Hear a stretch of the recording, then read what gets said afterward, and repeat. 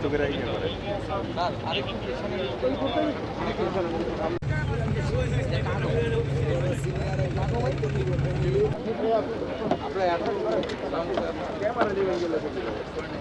ভাই পিছনে যায় পিছনে যায় পিছনে যায় পরে যাবে পিছনে যায় আস্তে আস্তে আস্তে এই জায়গাটা গ্যাদারিং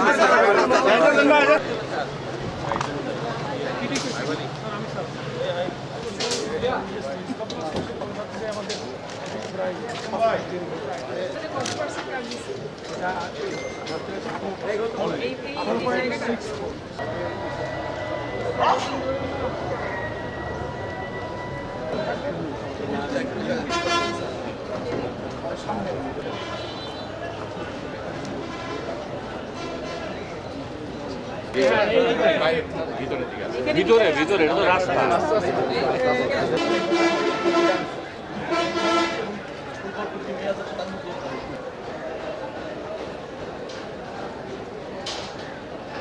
আমরা আশা করছি যাত্রাটা স্বস্তির হবে, নিরাপদ হবে। যে সমস্ত জায়গায় ব্যত্যয় ঘটার সম্ভাবনা আছে, ধরেন একটা যানজট তৈরি হয়ে যায়, দীর্ঘক্ষণ শৃঙ্খলা থাকে না সড়কে যান চলাচলের জন্য, তার জন্য যে সমস্ত ব্যবস্থা নেওয়া হবে সে উচিত সেগুলি ইতিমধ্যে আমরা নিয়েছি এবং ওর সাথে যারা জড়িত তাদেরকে প্রয়োজনীয় নির্দেশনা দেওয়া হয়েছে। আমি আপনাকে নিশ্চিত করতে চাই যে সব কিছু আশা করছি এবার ঠিক থাকবে। গতবার মোটামুটি একটা স্বস্তির যাত্রা হয়েছে, এবার তার চেয়ে আরও বেশি মনোযোগী এবং আরও বেশি আপনার তৎপর থাকবে সব সংস্থাগুলি, বিশেষ করে ট্রাফিক বিভাগ, তারপর রয়েছে আমাদের নৌতে কোস্টগার্ড আছে, নৌ পুলিশ আছে, আনসাররা আছে, তারা কাজ করবে এবং আমাদের যে টিম আছে তারাও সার্বক্ষণিক থেকে নিশ্চয়ই কোনো ভাড়া বাড়বে না।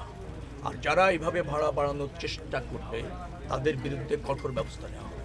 আর এই চাঁদাবাজির সুনির্দিষ্ট তথ্য আমরা জানতে পারলে ভালো, আমরা সবসময় এটা মনিটরিং করি, যেখানে যতটুকু ব্যত্যয় পাওয়া যায় সেটা নিবৃত্ত করার চেষ্টা আমাদের থাকে এবং আমরা স্বরাষ্ট্র মন্ত্রণালয়কে সেটা অবগত করি, কারণ এটা ফৌজদারি অপরাধ।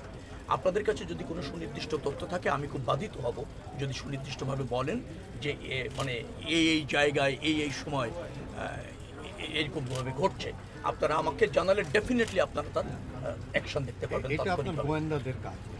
না, আমি বলছি গোয়েন্দারা কাজ করে, তারপর গোয়েন্দারাও তো সবসময় সফল হয় না, সাংবাদিকরা তো আরও বেশি অনুসন্ধানী রিপোর্ট যারা করে আরও বড় গোয়েন্দা। আমরা চাই যে আপনারাও আমাদেরকে সহযোগিতা